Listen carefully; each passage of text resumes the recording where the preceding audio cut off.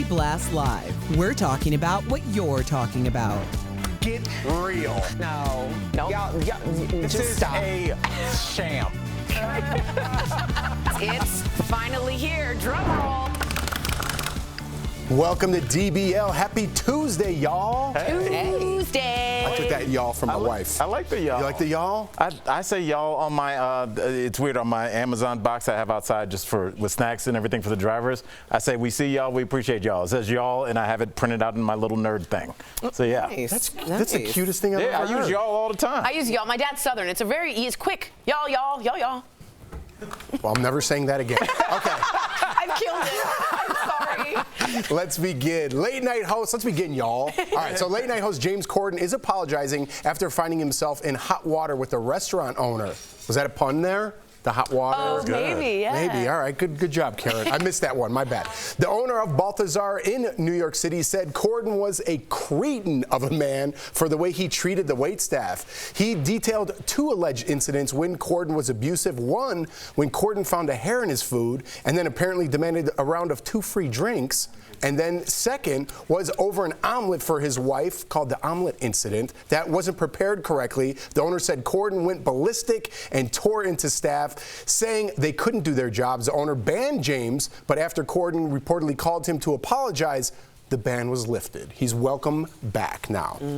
How do we feel about this? You know, I came coming of age in the service industry, and so I'm very intentional about the way that I treat people, because I know what it's like to be on the other side. And it's like sometimes people get blamed for things that are completely out of their control. Like if you have an issue with the food, it may not be the server's fault. It may have been a miscommunication with the kitchen. Those things are going to happen. So the idea that someone with anyone, but especially someone with status, Totally. is behaving that way is like super disappointing, because you would assume that they would understand what it's like to work on either side of an industry like that. Yeah, I think we might have ourselves a little Ellen DeGeneres again. Wow. I've been doing a little deep diving, and it turns out this man has some issues with waitstaff all over the place. He yells. People had to calm him down at a London restaurant. He comes across as Mr. Nice Guy, but anyone that treats a waiter like that, all of us know, you're out, in my opinion. I have no respect. I have no patience for you. I have just no interest in being your friend. And to hear that Corden did that, very disappointing. I feel like scientists need to study what is going on between the wait staff and customers. I've been a busboy, my first job. I was a short order cook. I was a waiter, and I've obviously been a customer. And I just remember, like, my second job was being a short order cook. I was 16. And I remember how mean the businessmen were. There's no 2% milk. I'm like, it is 4:51 in the morning, sir. What is happening in your life? You know, it's like there's just an anger. And so I told Tori earlier when I saw we were doing the story, I went to lunch with a comic years ago in Florida, and when he was done with the menu, he kept looking at me and like threw the menu at the waiter, and I was like, I still remember that, like 15 years later, like that moment, because it was so dehumanizing to that person. What do you think that is, Jeff? We've all been in the industry. Yeah, I've worked there in that industry for over a decade. Yeah. You know? Yeah. And it's very telling who you are as a person. Absolutely. How you treat the waitstaff. Let me take the other side here just because no one is, right? Yeah. Is it ever okay for a public figure like James Corden to be upset? There's a hair in my food. Can I get a couple drinks? This is a really great, nice New York City restaurant that's on the map, and there's hair in my food. No. And what if the guy's a jerk about it? And he's like, well, don't worry. Like, what if that person was a jerk that called him out? Is it okay for James to be like, hey, man, I know I'm on television, but you put hair in my food and you're being a jerk? Yes. Is it okay for him to say that? Absolutely. But first of all, that incident I totally see. The omelet incident, as you called it, his wife wanted an egg yolk only omelet, which is beyond disgusting. I'm just being goofy and taking the other side here. Listen, a little egg white came into the egg yolk, and he went crazy. So after hearing that second story, it made me think this is a pattern. But let me say something to our viewers, because most of us will not deal with the all egg yolk whatever omelet. Yeah. But a lot of us will get hair in our food. You know why? Everybody in this room has hair. So it happens. Be a human being. We eat Baconators, don't you? What do you think's worse for you? One piece of hair or a hot 4 dog, double cheeseburgers? Like, I've seen how Americans eat, so miss me with that. That's fair. That's fair. Stop. Leave the A hair. Baconator alone. Go to State Fair and see what they have. Honestly, anytime there's been an issue, like there's a hair in the food or something isn't quite right, if I've said something like, listen, and I'm always the, sorry, can we just, you know, like, because you don't want to alarm everybody over something that you're dealing with. Totally. And probably 99% of the time, they'll take a percentage off or they'll offer to pay for it or something like that. Like, not that I'm asking or demanding it, it's just that's what you do when you have good customer service, which I would assume an establishment like that would. Yeah, no, I'm with you. I was just taking the other side for future references when I lash out to strangers. At your egg yolk. Well, like sometimes, you know, if I'm waiting in line and someone cuts, I'm, hey, cutter. Yeah. You know what I mean? Back of the line. Fair. And then all of a sudden they're like, oh, Jeff from that show called me out. It's like, you're a cutter. Yeah. You see what I'm I saying? didn't tell you after the show, but I had an incident at the airport. I had to. Did you tell him? No, this woman tried to take a bin from this older woman out of her hand. Like this, I'm sorry, but she was like, you know how like they're running low on bins and they got to bring more? This older woman had her hand on the bin, and this young woman, I thought she was being nice and trying to hand it to her. She just came and took it out of her hand. I was with my son, and I was like, don't ever do that. And I was like, give that back to her. And like, I told my son, like, do not ever let, it was like almost like elderly abuse. Like she just, good for you, Al. it was so egregious what she did. But yeah, just don't let it, See, good for you for speaking out. I'm with it. Get that bin back. All right, Jason Sudeikis and Olivia Wilde are speaking out, just like Al, after their former nanny gave a tell-all into a tabloid story, through a new interview tabloid, I should say. Just listen. In an interview with the Daily Mail, the unnamed nanny claims Jason was blindsided by Olivia's decision to leave, which happened shortly after she began filming Don't Worry Darling back in 2020. At one point, she said Jason laid under Olivia's car to prevent her from seeing Harry Styles. The nanny also said she was fired by Jason when he was, quote, drunk and out of control. So in a joint statement, Olivia and Jason called these claims false and said the nanny has been harassing them for months. I also have to point out, because me and producer Karen were talking before this, so Jason apparently laid in, and I don't buy this anyway, but he laid in front of the car because Olivia made her special salad to take to Harry, and that was Jason's favorite salad. That was their salad. And he made it for Harry, she made it for Harry, and he laid under the car, and he's like, oh, no, you don't. Over a salad. Over a salad. I don't know if I'm buying all this. You know, salads can be deep, too. You know, salads can be It's a deep. betrayal. Yeah. I mean, with defamation, here's the thing. You have something called, very easily, reckless disregard for the truth, which means you didn't check enough to know that it was a lie. This either happened or it didn't. And if it didn't happen, they have every right to sue the pants off this nanny. I'm not saying literally. I'm just saying you can sue her. Isn't she with Harry now? Yeah, Olivia, we think. But this was back in This was back in 2020. But you think he really laid under the car, like an episode of Curb Your Enthusiasm? He was like drunk or I something? do. You think he was No Love way. makes you do crazy things. Erica, be the mediator, please. I feel like people would do that. I feel like the details aren't even important. What's important is that you hired someone to come into your home and trust them with your children and what the comings and goings of your home. I don't think it's ever appropriate for any reason, unless someone's actually in danger, that you are now out. Yeah, right. Like that's what really bothers me the most about it. Yeah. Like, I don't need especially somebody who has been in the home and has been trusted so intimately with the most important people in the house. Yeah, I would think there's a non-disclosure agreement, which is a second lawsuit, because if she signed that, she's not allowed to talk about anything. So I just see lawsuit after lawsuit for this nanny. Or it's true, and if she has the receipts, they can't sue. Yeah, I mean, but also, and Erica, you know this because you hire different companies to do work for you.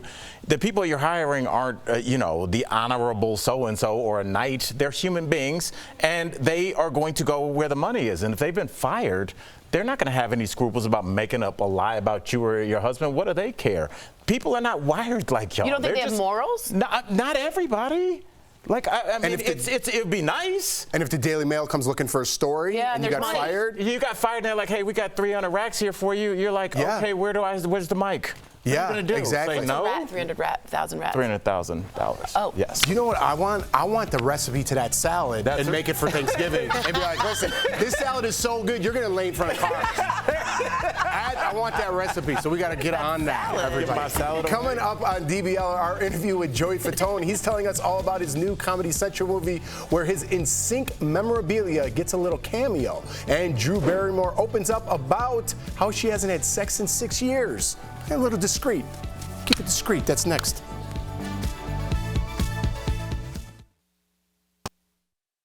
Okay, wow. I don't even know where to begin here. I'm just gonna sit here and be right. I know y'all gonna be mad at me, but I'm just telling you the truth. You can smirk all you want. You don't have to tell me to go. Brad Pitt. Don't tell me.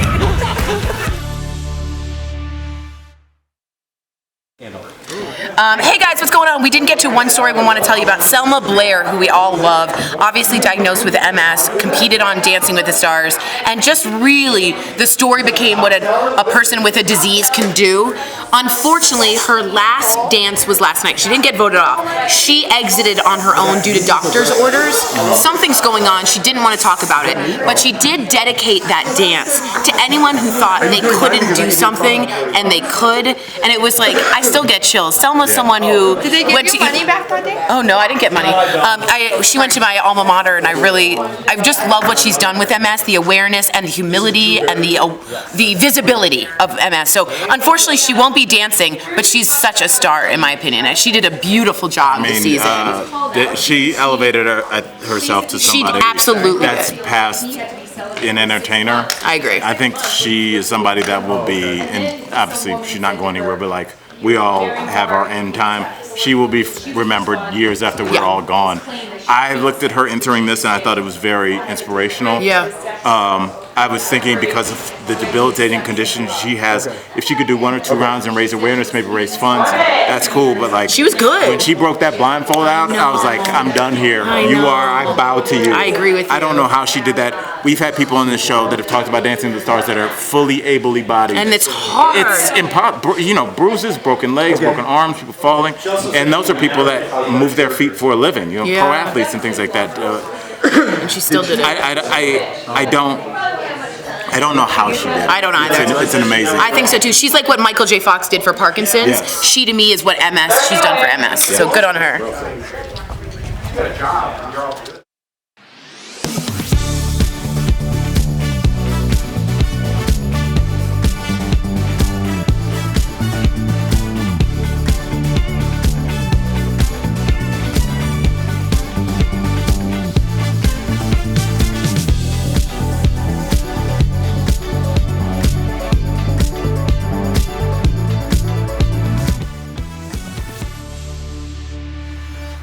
Welcome back. Drew Barrymore revealed that she hasn't had sex in 6 years. In a blog post on her website, Drew confessed that she hasn't had sex since her marriage ended. She wrote that some people get out of marriage and find themselves in another relationship, but it didn't work for her. Instead, she's been focusing on being a single mom to her 2 daughters. She also refuted claims that she hates sex based on an earlier comment and said she just came to the realization that love and sex are not the same thing. And when you are selective, you look at sex as an expression of love and not love itself.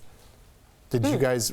I didn't understand. That felt like, you know, when you write to the newspaper. Speaking of salads. It's a lot of words there. I was somewhere else. Oh my gosh. There you go. It's nighttime. My bad. You can finish that thought. I just, you know, I get the idea that when you exit a marriage, as I did, that you want to take some time, figure out who you are again, figure out maybe where you went wrong, how you can be a better partner. But after a while, I worry that people that put so much emphasis on just the sex, like I'm not going to do it, it becomes a thing that's the big thing. Like the elephant in the room. So now it's like you have to meet this person, Erica, that's going to enter you back into the sexual realm after 10 years. The hero. It's like you're putting a lot on somebody, and I think you could miss the small things because the physical act of sex has become so much a part of it. Even though I get it's important. No, I'm picking up what you're putting down. Yeah, anytime you're saying this is the one thing, I think it's a part of like manifestation, right? Like if you are very focused on what it is that you want in life, then eventually, hopefully you get it, right?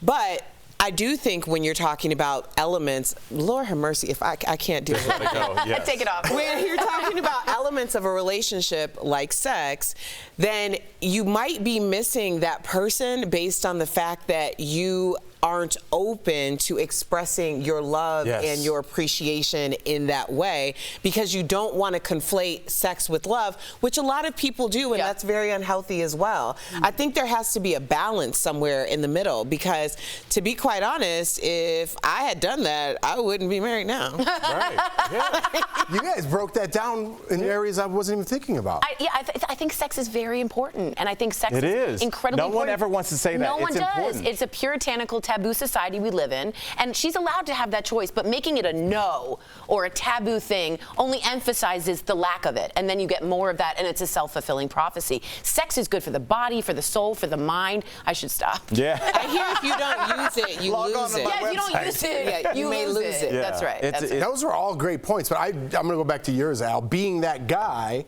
that comes along after 6 years, you're like, Jesus. Right. You know, you're in the bathroom like, you know, doing some push-ups, getting going. And you should just not get it over with, but you guys should have it when it feels normal and natural for both of you guys, and then see if you guys still love each other and you can talk about different things rather than this sexual thing that's hanging over the air for 6 years. Yeah. That'd be a good scene for a movie. There's a girl from E.T. out there. Get out there. All right. Well, that's weird because she was young in that. All right, we're out of here. We'll be right back. Meet Martha. Martha is... Social Security recipients are getting a boost to their checks next year, an 8.7% cost of living increase. That's resurrected claims that routinely pop up on social media, like this one that says Social Security will run out of money in 12 years. So is that true or false? We brought the question to 3 expert economists who all told us it's false. No, it is not true. To understand why, we need to understand how Social Security is paid for. The funds come from payroll taxes, which come out of our paycheck. And for a while, those taxes brought in more than we needed. That created a surplus, which the government put in a special trust fund. But now it's flipped. The payroll taxes alone aren't enough to cover all the checks that we need to send out. So we're dipping into that trust fund to cover the difference. It's almost like saying, imagine you have $1,000 a month of expenditures and your primary job only pays you $750 a month. And you're like, I'm short $250. Well, you've got a savings account that you've had up from your working years. So you're now taking out $250 a month to pay up that difference in your expenditures. You keep taking $250 out a month, in the next 10 years, you'll be down to zero. Then what are you going to do? So we could wind up emptying our savings account, the trust fund, but that doesn't mean Social Security will totally run out of money. Remember, we still have the payroll taxes. It's absolutely false to say that if we did nothing, we would not be able to pay any Social Security benefits. That's not true. But we would only be able to pay a fraction of what we're now promising, the fraction probably being around 70 to 75%. So we can verify, no, Social Security will not run out of money in 12 years. As long as we have the payroll tax, people will still get checks. But unless Congress takes some sort of action, those checks could be smaller than promised. With your Verify, I'm Casey Decker.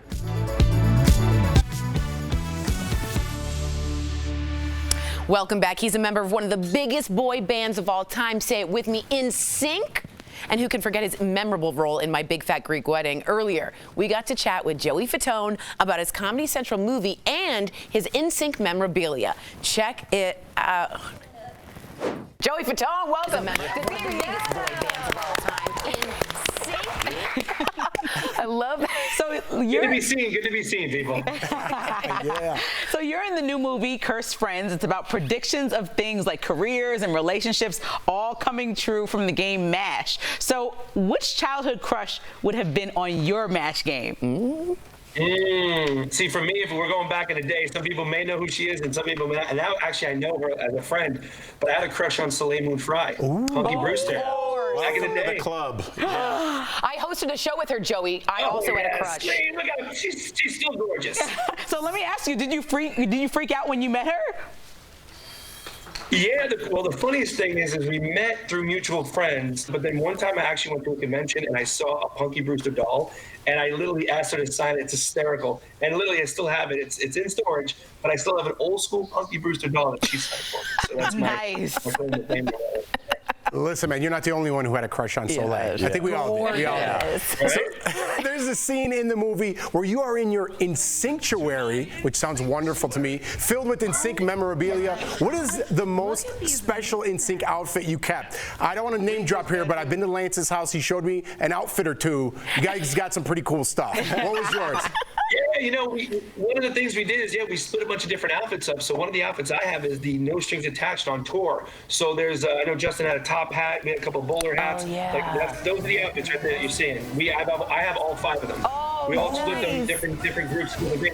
So whenever we ever did something or want to set them somewhere, I have all 5 of them. So it's quite cool. It's kind of cool. Very cool. Memorabilia, if you will. A little Very cool. I was gonna say, well, speaking of cool, as a parent, I think I've given up on trying to be cool in front of my kids. No matter, even though I've done cool stuff, it doesn't work on them. So you've done incredibly cool stuff. So I have to know, do your daughters understand how big InSync is and was and how famous you are, because you're just that? Yeah, that's Chloe. Chloe's my 12-year-old, where it's really interesting because she's still she knows about it and she knows everything, but she's never, I think, seen the caliber of it. But with Brianna, it was interesting because she was actually still young, but we went on tour, so she saw us. But I think one of the major things when we got the Star on the Walk of Fame was one of the big moments that they actually saw something, as far as fans and stuff like that. And then another time I brought my daughter, Brianna, my older one, I'm like, hey, you want to go with your old man to Coachella? And she's like, yeah. But then I'm like, yeah, but I'm performing with Ariana Grande. Is that cool or is that weird? She goes, yeah, it's pretty cool. And then, of course, when I'm on stage, you're cheering for me, but she was just cheering yay. And I thought I was like, oh, it's cheer daddy. You can sing, you can dance, you can act, and you can cook. You have your own restaurant, and it's called Fat Ones, which is hilarious, by the way. Why did you want to open up a hot dog food truck, Joey? Why not? For me, I guess it was back to my Brooklyn roots. I love, when you lived in Brooklyn, you went down the street, you got a slice of pizza. You went down the street, you got a dirty water dog or, a hot dog from Nathan's in Coney Island. So I always wanted to either do a pizza place or a hot dog place. So we basically had a place in the mall, in the Florida mall called Fat Ones. We said, why not? Let's just do it. And my manager said, hey, why don't we just call it your name? I'm like, Fatone? He's like, no, Fat Ones. We'll separate it. We'll have the hot dogs. We'll have these big hot dogs. I was like, you know what? That's a great idea. So I went from everything from the decor, from tasting all the hot dogs, to knowing it doesn't have that burp repeat effect when you eat it sometimes. So we did that, and now we have a food truck. It's been great. People are like, why aren't you branching out? I said, I just want to keep it simple. I'm not the type of person that really wants to be blowing it up just because of my name. I want to blow it up because of the quality of it and what we do and what we represent with food. So hopefully that will just trickle down. But right now I literally have a food truck and I haven't branched out yet. I haven't touched it. I've been about 3 or 4 years now I've had it. Wow. I hope it's not lost on you, the discipline that you've showed. I know. Just being able to have a hot dog truck. I would just eat them all. They'd have to cut me out of the back of that wall. They would have to remove me. You are a fat one. How did you, I would just be like, yeah, I had the quality control. That's hilarious. Oh, man. Joe, you are such a Renaissance man. So interesting. You're raising good people. You're a good person. Thank you so much for chatting with us today. To our viewers, check out Cursed Friends. It's going to air on Comedy Central October 29th and 30th. It's a great Halloween movie. Joey, thanks again for being with us. Great guy, man. We'll be right back. That's what's up. My pleasure. Please check it out. Have a good one. Much love. Take care.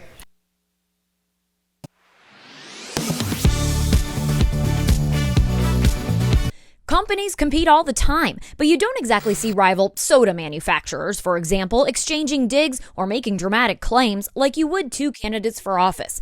Campaign ads seem to play by different rules. So we checked with political strategist Ben Knuckles, Professor Erica Franklin Fowler, the Federal Communications Commission, the Federal Election Commission, and the Federal Trade Commission, and the Supreme Court to verify. Yes, different rules apply to political ads than businesses and private individuals. It's the art and nature of politics, right? Politicians have the right to make their case. The FTC's truth in advertising laws ban deceptive marketing tactics, but that scrutiny doesn't apply to political ads protected by the First Amendment. And facts, can be fungible in some ways. They can draw connections, use buzzwords, inflate their own storylines, and make generalizations that may bend the truth to fit the narrative they're selling to voters. The Supreme Court has upheld its political free speech. I would say different campaigns have different thresholds for that. While candidates can sue each other for defamation after an unsavory ad, the FCC generally does not preview or pre-approve ads before broadcast or ensure their accuracy. After making a claim, especially about an opponent, spots typically cite sources on screen. Campaigns need to be very careful to make sure that the claims that they're making are accurate and defensible is their third-party validation. But that's actually not legally required. I think it's a tactic by campaigns to cite their sources so that there's at least something to back up what they're saying. Campaign ads must disclose on screen who's paying for the spot. Unlike most commercials, if it's funded directly by a certified candidate for office, broadcast networks, like ours, cannot reject or alter an ad. You can say pretty much whatever you want to say on the air, and the stations cannot take that down. But those third-party funded ads paid for by supporters or a political action committee, Knuckles says those are easier to challenge. It happens more often. With political ads specifically, broadcast networks are also required to give equal opportunity to advertise to competing candidates, aiming for fairness on both sides. With your Verify, I'm Abby Larico.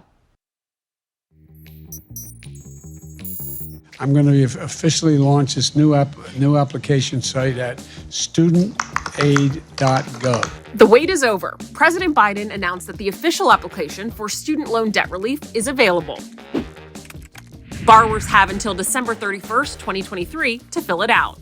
But approximately 8 million borrowers already used the beta version of the application, which was available over the weekend. A beta test is like a soft launch ahead of an official release. And now people are wondering if those 8 million applicants will have to reapply using the official form. So let's verify using these sources. When the beta version was launched, a banner at the top of the student aid website said, quote, "We're accepting applications to help us refine our processes ahead of the official form launch." And right here, it confirmed that if you submit an application, it will be processed and you won't need to resubmit. Now that the official form is launched, that banner is gone. But Jessica Thompson, vice president at the Institute for College Access and Success, confirmed that if you applied using the beta application, you don't have to reapply now.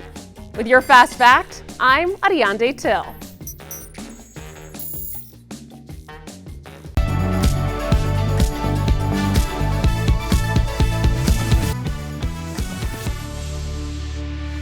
Welcome back. If you hear your car squeal when you turn the wheel, here's the deal. This is a major indication something may be wrong. Wouldn't you be more apt if everything rhymed? Totally. I would. That's today's Auto Alert, sponsored by Ox Car Care. I'm such a kid, the cat in a hat. There are a couple of different reasons why your car may be squeaking or squealing. Let's take a look at the most common. First, power steering failure. If you hear squealing while making turns, your power steering pump needs to be inspected and your belt may need some adjusting. Next, power steering fluid. You should check it once a month and have it replaced every 30,000 miles. A lot of times this fluid becomes contaminated from debris, and if you notice a dark color, you need to have it looked at. Ox Car Care is dedicated to providing you with an amazing auto protection plan experience that works with your budget. If you're looking for better car care, give them a call today at 1-800-690-7547. I didn't even know there was something called power steering fluid. Really? I don't think a lot of people do. I don't think they do. I'm illiterate with cars, and I feel bad about it. No, I mean, that was kind of with the older cars, but one of my first cars was the 1990 Honda Accord, and the power fluid would link all, and you would just know because the wheel would just, I mean, 2 hands from a grown man to turn it, so you would know, you just have to. You ever watch Seinfeld when he's like, the Johnson rod's broken in there. Nobody knows what's going on. I don't know. We'll see you tomorrow. It could be anything.